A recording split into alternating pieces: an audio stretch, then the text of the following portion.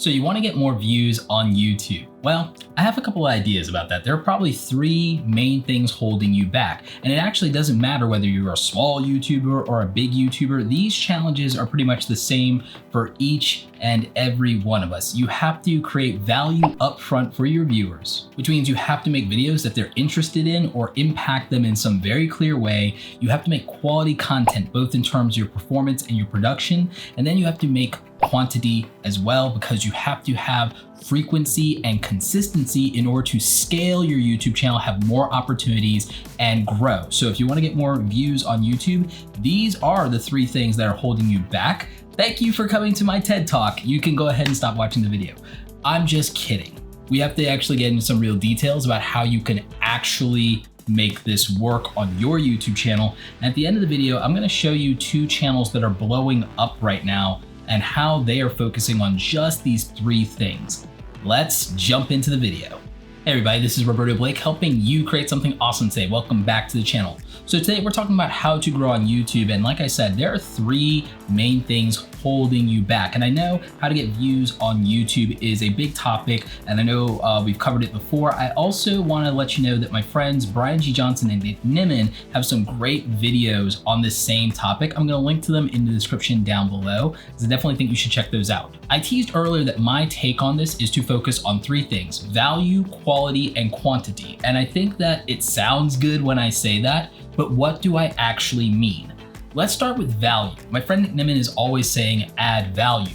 And what's valuable to me is different than what's valuable to you. We have to focus on what somebody as an individual is interested in and what impacts them, what is meaningful to them. So for me, I actually love things like personal finance, which means I will watch pretty much anything that Graham Stephan puts out, okay? But that is because that will have an impact on me and my financial future. I'm interested in Casey Neistat as a personality, and I will watch anything personally for Casey, even if it's not something I plan to ever do in my life, okay? Now these are two completely different types of channels, two different types of creators, but they get massive views and they are successful. And so that really shows you that value and understanding who your audience is and how to give them what they want is the most important thing. And that's what's gonna get people to click on a video. You and I both know that when we look in YouTube analytics, that click-through rate is the key to getting more views on YouTube, at least initially. So if you want more people when you upload a video to click on it, you have to cater to their interest. There are videos I make on this channel purely because it's what I want to make. I know that a broader audience is not interested in it. But if my goal was to get as many views on YouTube, then I would be making videos based on topics that might be trending. I might have made videos on the stimulus package, for example. That has been killing it for a lot of YouTubers. Or I might be reacting to things that are happening right now, like the new deal that Joe Rogan got for $100 million to leave YouTube for Spotify. And it's not like I might not make a video about that. I might cover that topic because I actually am interested in that, but you get my point. If you want people to watch your content, you have to give them there's something that they're interested in. One day I might make a dedicated video just about improving your click-through rates and 5 things you can do for that. You might want to subscribe in case I decide to drop that video sometime next week, just hint, hint. But moving on to the idea of quality content. Quality content is this nebulous concept that you'll hear about in every single YouTube tips video. I actually talked about this at length and why also quality content doesn't get more views. I made a video about that a while back, and I kind of want to revisit that topic because quality content is important, and I give context to that in that video. I hate the argument between quality over quantity. Value sits above both of those, and now you know why. But quality is about two really specific things. Your performance on camera, which is, again, the personality. It's how you communicate. It's how you connect emotionally with the audience. And it's also really about confidence and charisma. The thing that most of us suck at when we first get started on YouTube, at least it was my biggest problem when I first got on YouTube, and like my grind in that first year to 10,000 subscribers in 2013. I mean, that was the biggest challenge, was just the confidence on camera issue, okay? But beyond the personality and the performance, You need the production and editing to be on point because that has to be in service of the story that you're telling and the content that you're making. And the thing is, no amount of over-the-top production and editing and effects and music and all of those things, none of that makes up for a crappy on-camera performance. None of that makes up for crappy delivery, and none of it makes up for a bad personality. And so you need to have those two things balanced out. And you can see that in a lot of different creators. Where do you need to improve? Do you need to improve your on-camera performance and confidence? I made a video about that. If you're like me and that is one of your biggest struggles, I made a video about how I overcame that. I'm gonna link to it in the description, and I'm gonna link to it in the info card for you guys up here so that you can watch that video if you're struggling with it. Editing is important, but remember, it is there to serve the purpose of taking away distractions and enhancing the video, and it can't really save a god-awful performance, but it can help you fix some minor mistakes. So I do think that polishing your editing chops can be important, and it shows the viewers that you care enough to put in that effort and put in that work. Here's why that matters though. My friend Brian G. Johnson has talked about this before, and so have other content creators like Vanessa Lau and Sunny Lenarduzzi. All of us in the YouTube educator community really do talk about quality content, but I want to give you something specific. It is the barrier to retention rate and watch time. If the interest and value for the topic for the individual viewer is the barrier to entry for click-through rates, which generate the views, then the watch time and average view duration and retention rates that you need for YouTube to recommend your videos. All of you want to know how to get suggested by YouTube, how to blow up in the YouTube algorithm, how to get YouTube to promote my content, how do I get YouTube to suggest me? Suggested traffic is 70% of the traffic on YouTube, screw search, all these things. Well, the thing is, it's not just down to things like your SEO and your tags. Those things do matter, but the performance of the video with regard to genuine engagement measured in watch time and average view duration is so ridiculously important. And that's where good quality content, both in terms of performance that can keep us watching the video and can carry it with energy, kind of like my style of video, or the editing being something that is energetic and moves us through and cuts out all the fluff and gets us minute-to-minute action.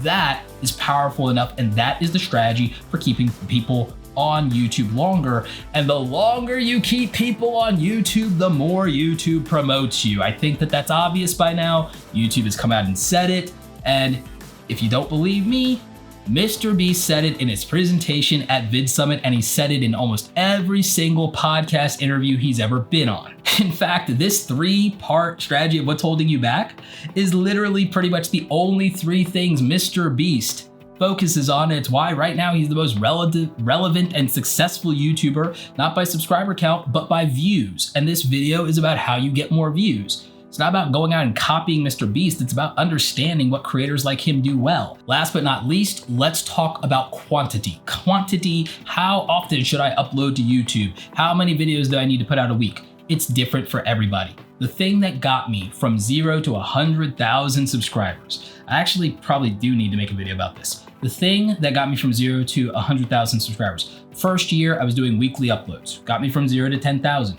Okay, great. So that's 2013 to 2014. Fast forward to February 2015, I have 20,000 subscribers in February 2015. And it's because I was doing maybe 2 to 3 videos a week at that point, and I'd gotten more confidence.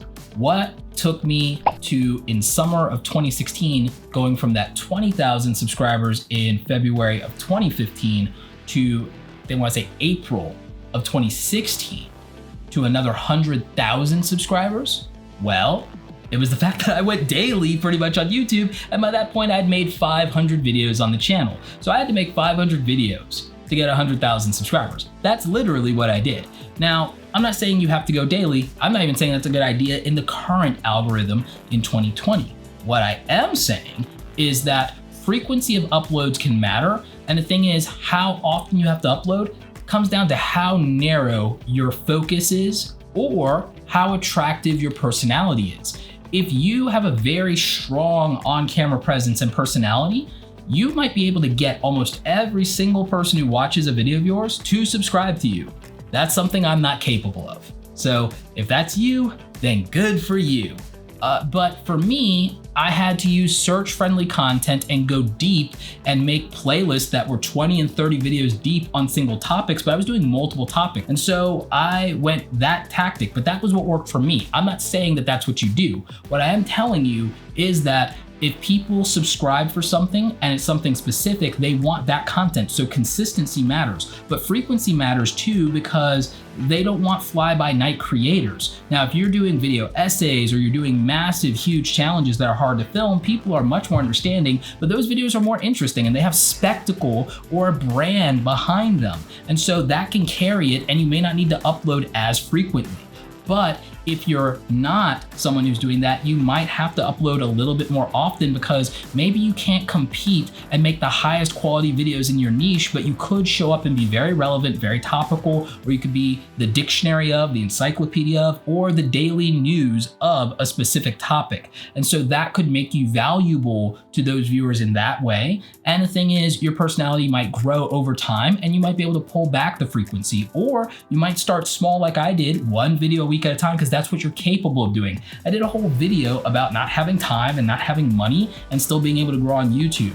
That was one of my more recent videos. I definitely recommend you guys check that out if that's your situation. But we do know that binge watching sessions are the key to growing a YouTube channel, because we all know as viewers, and you can test this, you can do it with my videos if you want, when you watch back-to-back videos from a creator, YouTube promotes that video creator more to you in the suggested algorithm and on the homepage. So you'll show up more on the sidebar, you'll show up more on the homepage. If you're watching a video more frequently, that creator shows up more. So if you get people to binge watch your content, it's going to really matter. And if you're more narrow in your subject matter, that's a little bit easier. And if you're not going to be narrow in your subject matter, you better have a very strong personality or something very unique and hard to duplicate and copy and get somewhere else with your content. A lot of you struggle because you can't get that, binge watching content. You can't get high average view durations because you're making generic content that is not competitive enough yet.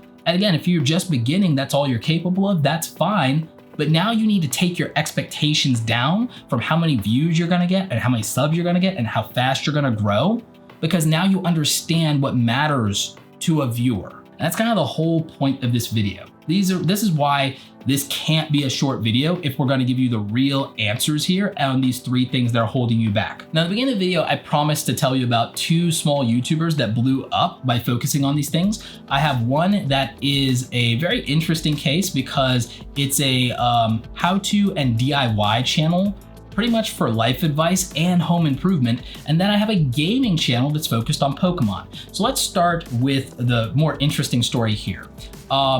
Dad, How Do I? This channel is exploding, and I'm pretty sure that by the time you're watching this video, it's about to cross 1 million subscribers on YouTube, mostly just off of the last 30 days.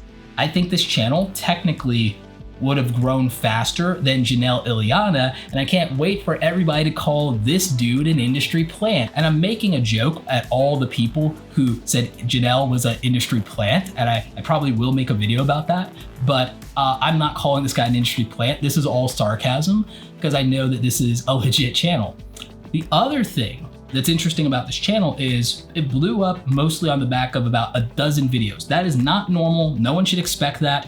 But it's timing, my friends, because with the current situation and chaos in the world with a global pandemic, a lot of people are at home, and a lot of people also are trying to fix things around the house, and they're trying to save money.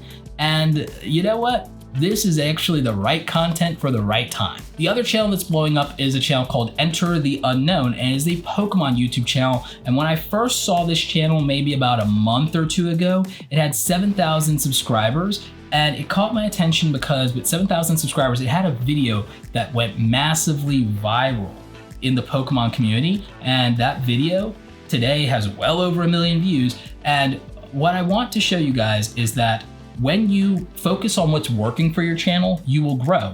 This creator was able to tap into nostalgia and interest in the wider Pokemon community because he started doing these challenge videos and kind of became the Mr. Beast of Pokemon, with doing these videos where he tried to recreate the scenarios and the teams that Ash from the Pokemon anime fought his gym battles within anime and see if he could beat the game using Ash's actual teams and doing everything he can and making this challenge more and more absurd and extreme because he tried to really play it exactly the way that plays out in the anime. So he had fans of the anime, he had the general Pokemon community, he had the gaming community, he had the casual Pokemon fans, and it's a nostalgia franchise that spans generations. So there's a lot of interest in it, and there's a lot of curiosity factor here. It's quality content, and it had an interesting premise, and he has nothing but Pokemon content, so it's bingeable. And whenever he does a video in this series, it seems to perform very well for him. So that's the consistency factor in the quantity as well. So you can see how these two channels are blowing up because of the three things that we talked about here, and because frankly, they're doing an amazing job and they're putting in all the work. And so that is what I have for you today. If you want to get more views on YouTube, analyze how you can apply these three things to your content and just learn how to become a better creator by focusing on delivering value to your viewers, making quality content that keeps them watching to the end of the video and keeps them watching as long as possible, and then quantity content that they can binge watch over and over so that they can see you on the homepage and in suggested. Question of the day: what is holding you back the most? Also, please go and check out my second channel, Real Talk with Roberto Blake. If you're a fan of my rants and you want to hear me talk about something other than business, other than YouTube, please go ahead and check it out. I think I have like almost 10 videos over there now. So there's just enough for you to binge watch. Like this video if you like it. Don't forget to subscribe. Check out the other awesome stuff here on the channel. As always, you guys, thanks so much for watching. And don't forget, go out there and create something awesome today. Take care.